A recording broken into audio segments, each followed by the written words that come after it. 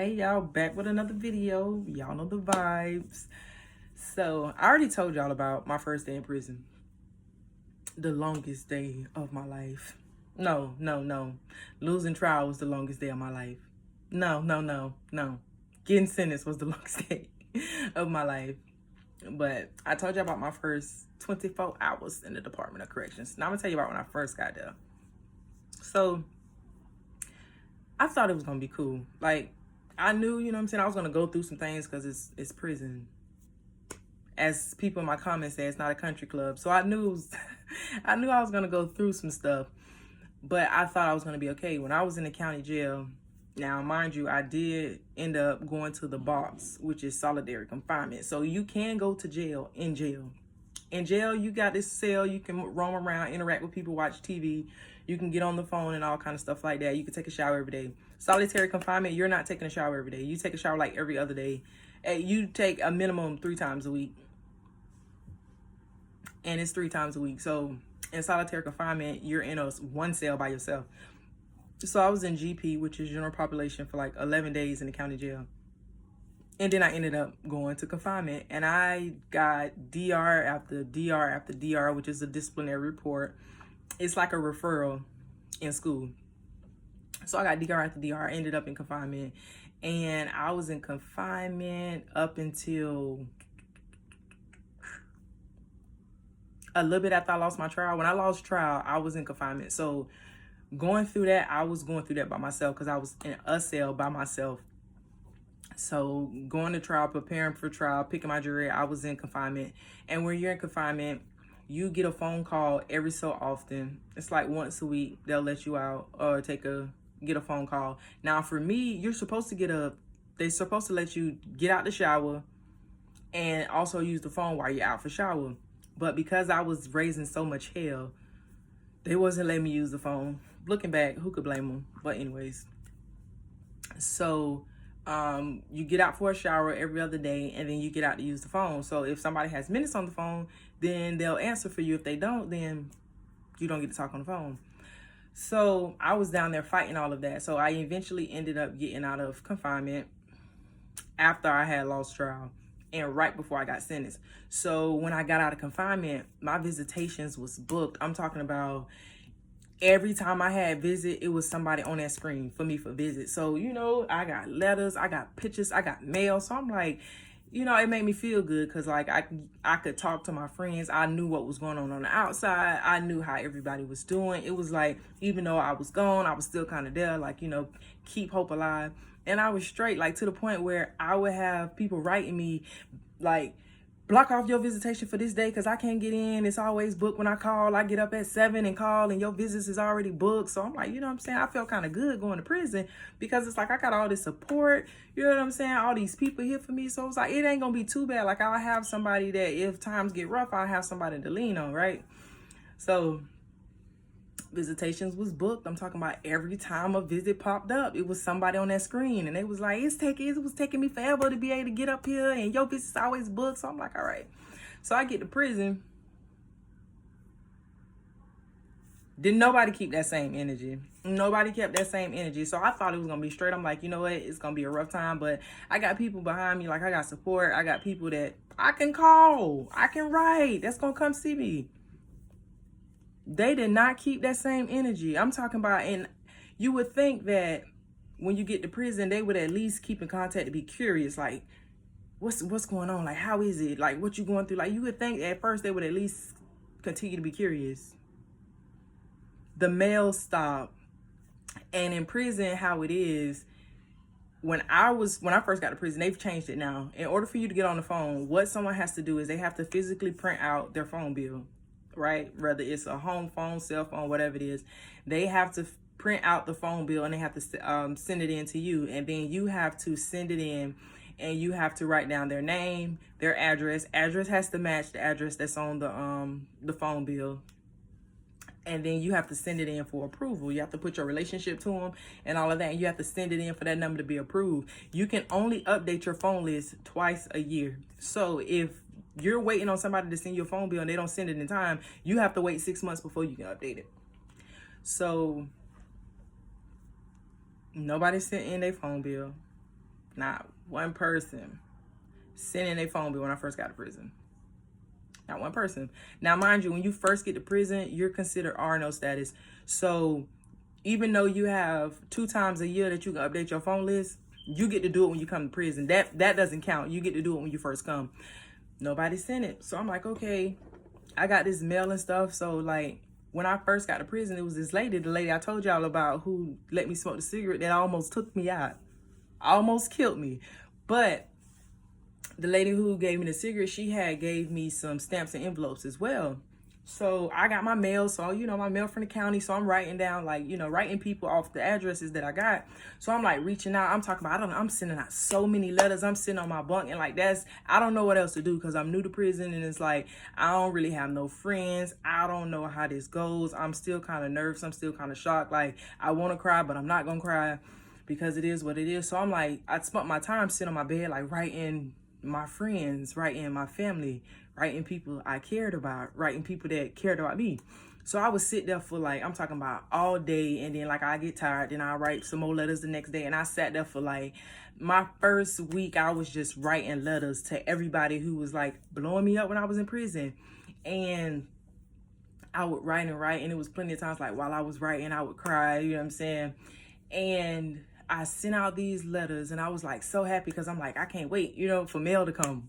I can't wait for mail to come. I'm sending out so many letters. So I'm like calculating. I'm like, okay, it take like 3 days for them to get it. And then it take like 3 days, you know, for it to come back and all this. So I'm like, okay, at least like a week. I was like, I'm gonna give it a week. So that next week come, and I'm like, in prison, they do mail call. So after they get the mail in the mail room, they go through it. Yes, they bust open every single letter. They read some of them. They're not supposed to read them. They're supposed to skim, you know what I'm saying? And like look for certain words and stuff. But some of them officers, especially if they know you or they don't like you, or like they'll be all up in your business and reading your letters. Like I done had plenty of times somebody done came back and said something about that, something that was in one of my letters. But anyways, so they get it in the mail room, they skim it, they send it to the dorm, and the dorm get like this little tote of mail. And you can see it, like you can, no matter what you're doing in the dorm, if you on the phone, if you sit on your bed reading, when the door buzzes, you hear it. So most times you look up. But everybody get happy when they see that mail bucket, because like, yeah, mail here. So you just sitting around waiting on them to get ready to do mail. They normally do mail call when the dorm is settled down, like when because you have different jobs that you work in prison. So after just about everybody is in the dorm, you know what I'm saying, they'll go ahead and do mail calls. So they normally do it in the evening. So it's about this next week. So it's like, okay, mail should be coming in now. And how they do mail call is they stand in the front and the officer calls your last name. So they'll get up there and they'll be like, Smith. And then you'll be like, you'll start walking up there. They'll see you walk. Then they'll go to the next one, Anderson, or whatever the name is, right? So when mail call happens, it's like, y'all don't understand. It's like, no matter what you doing, you stop. Like, you listening. Like, I'm talking about if somebody over here talking in the corner, you like, hey, man, you know what I'm saying? Shut up, mail call. And you literally sit there and wait for them to call your name. And it's like, you see the stack, and then they call it. And it's like, every time they pick up a letter, it's like, you have like a knot in your stomach, like, a knot in your throat every time they pick up one. And when they say one, it's like your stomach drops. And then when they pick up that next envelope, your hopes get up again, and then it drops, and then it's the same thing. And it's like you start getting sicker and sicker. Your anxiety gets higher and higher as the stack starts to dwindle down. And then once they're done, like, you literally have to wait for mail call the next day. If they didn't call your name, you have no mail. You have to at least wait another 24 hours and hope that it comes. And I'm talking about for, I say the first month, every time they did mail call, I had the same,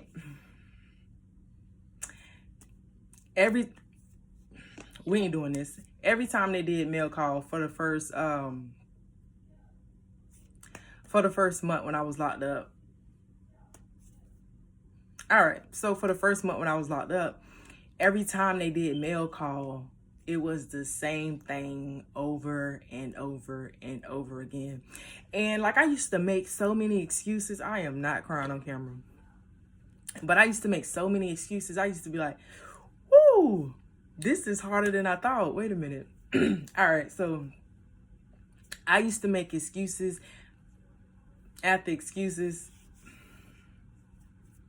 This not what we doing, okay? So I used to make excuses after excuses, like, oh, well, maybe, you know what I'm saying, mail got caught up, or like, oh, maybe they delayed my mail, and you know what I'm saying, in the mail room, maybe they got too many letters and they couldn't read it all and it'll be here tomorrow. Or maybe they had to go by the store and get some stamps because they don't have no stamps. Or they probably got the stamps and didn't get the envelopes, so now they got to go get the paper. So it was like I was making so many excuses because I just did not want to believe that.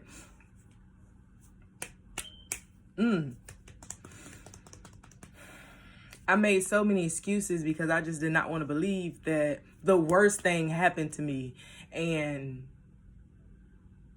they just picked up and kept going, you know, like life moved on as normal. We are not doing this, okay? But it was so hard for me to fathom, like, it was so, I can't put it into words. It was so hard for me to fathom that my life was in shambles. Like, my world was completely flipped upside down. Like, I said I was not crying on camera, but oh goodness. But it was so hard to believe that I was going through hell. Like, my spirit, my soul, and everything was just in shambles. And it was so hard to believe that nobody sat down and took the time to write a letter, to send a picture. You know what I'm saying? To be like, hey, are you okay? Like, are you safe? Like, I was not a thought on anyone's mind. And that hurt. Like, it's not like I was just expecting the whole world to, you know, stop, or expecting for people to hold my hand the whole way, but for no one to return, to respond to any of my letters when I sat there for like a week straight writing letters. Now, mind you, I didn't have anything. Like, I didn't have no money on my books. So when you don't have no money and you can't go to canteen to buy this stuff, I don't have no more stamps. I don't have no more envelopes. I don't have no more paper. Like, you have to go to the store to buy these things. That's not stuff that they give you out. Unless somebody, like that lady, she was nice enough to give them to me. But it's like, I had to start being selective. Ooh, goodness. I had to start being selective about who I write because my stack was getting smaller and smaller. So I had to think about, okay, so this person, I know they're going to write me back. They probably just ain't got my letter yet. So let me write them again.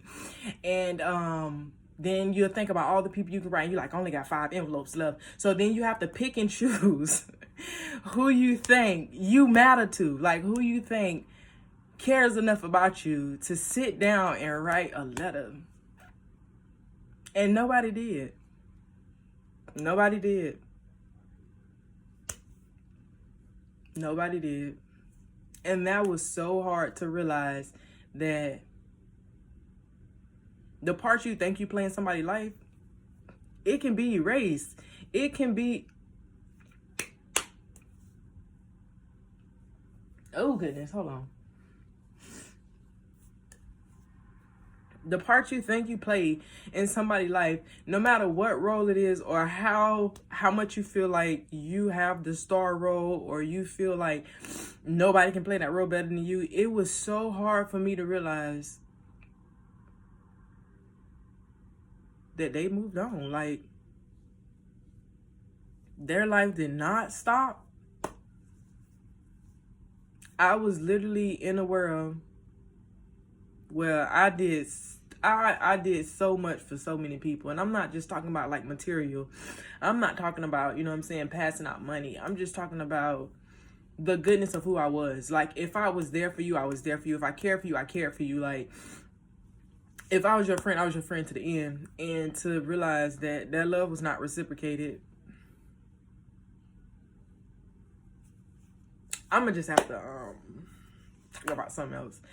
But mail call, it took a long time for me to be able to drown out mail call, numb my feelings to it, because for a long time I was like, I don't care about mail call.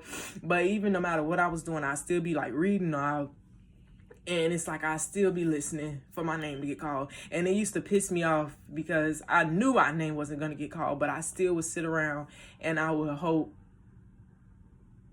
that I would get some mail. And, you know, over the years, I got mail hit or miss, you know. Every now and then, I would get some mail, but it took a very long time for me to be able to just be like, it is what it is. I had to sever a lot of friendships and relationships because it was, you can't, there is no relationship if it's one-sided. There is no friendship if it's one-sided. And it took me a long time. I was so angry for so long. And it took me a long time to realize that just like this is my book and I'm writing the pages of it as I live, that's their book. You know, I can't expect for somebody to write their book the way I want them to. That's their story, that's their lives. And it took me a long time to understand that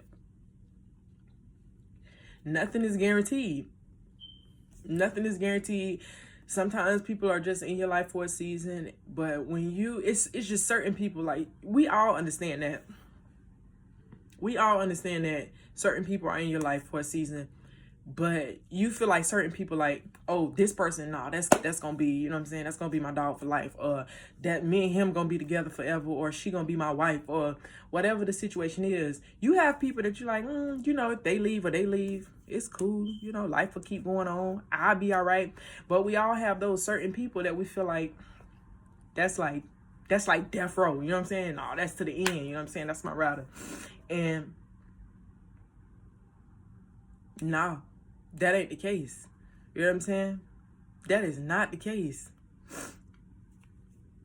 People will be whatever for as long as possible. And you can know a person for years. You can know them for a decade. You can have known them all their life. But you can never fully know a person. Because when the going get tough, you don't know if the tough gonna get going. And I said all of that to say, mail call is evil in prison. It is so evil. So if you know any person, if you have any family member, now it's so much easier because you can send emails. So you can literally like get on your phone and like you texting, you can send them an email on the JPay app, or you can get on a computer and write them, but they get emails. But if you have anybody that's locked up, I don't care if it's somebody that was like a childhood friend, a person that you was cool with, but y'all wasn't really that close. If you know a person that's incarcerated, even if it's just for the holiday, even if it's just around their birthday time, or if it's just like Christmas, Thanksgiving, like I don't care if you pick one time a year to reach out and just be like, Merry Christmas, you know, or, you know, happy birthday, preferably the birthday. Like if you got to pick a time to be there for them, definitely pick the birthday. Definitely pick the birthday. And just send them a card, you know what I'm saying? You can send them a card on JPay too. They let you send cards, but that's all I got to say.